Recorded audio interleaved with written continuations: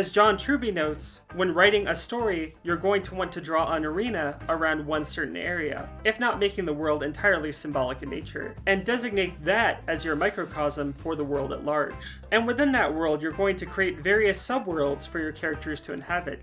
In Halloween, Illinois is the arena that represents the world, and the subworlds are Haddonfield and Smith's Grove, with Haddonfield being populated by even smaller subworlds, like the school, the graveyard, the characters' homes, and more. In Citizen Kane, we're shown parts of the title character's subworld named Xanadu. Orson Welles cleverly uses Charles Foster Kane's house as a fixed point for depth of field, while dissolving past various parts of and taking us deeper and deeper into Kane's world. If you wish to go big, you can make a whole country or continent your world and track the characters as they cross it.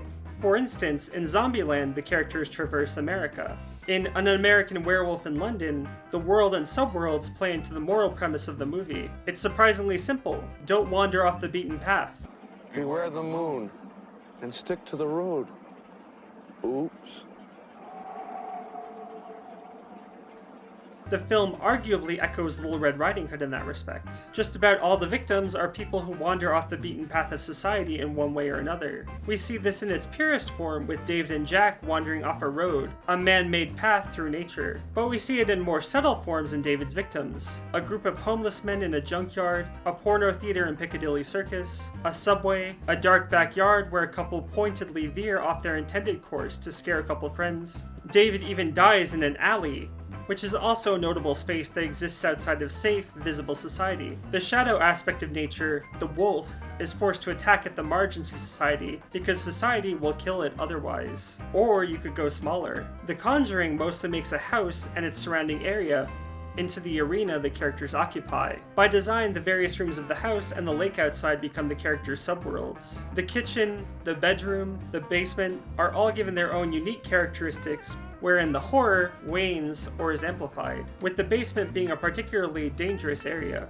In The Sound of Music, even though the arena is Austria, much of the film takes place in Captain Von Trapp's mansion and its surrounding area, an initially imposing world that Maria transforms with her feminine touch. The Innocents uses a mansion and the surrounding area as its world, and the various smaller areas like the lake, the garden, and the tower where Miles keeps his birds become the subworlds Miss Giddens investigates. The film Hocus Pocus uses Salem as its arena, a location famous for its witch hunts and of course executions. The hero Max has recently moved from the godless big city Los Angeles to the quieter, more dangerous womb of nature. And within the womb of nature are a number of significant subworlds. The town hall where the adults hold their Halloween party, the graveyard full of holy power, and the Sandersons' house full of unholy power. You can go smaller still. In The Human Voice, the entire world of the story is an apartment, which becomes a psychological landscape for the heroine's despair. She's also the only visible character. The film The Humans achieves a similar effect, as does Rear Window, and Wait Until Dark. In Locke, the entirety of the movie is spent with the main character driving in his car on the highway. In 12 Angry Men, most of the film takes place in a single room. In the film Glorious, the story world is mostly a dingy bathroom. In the film Buried,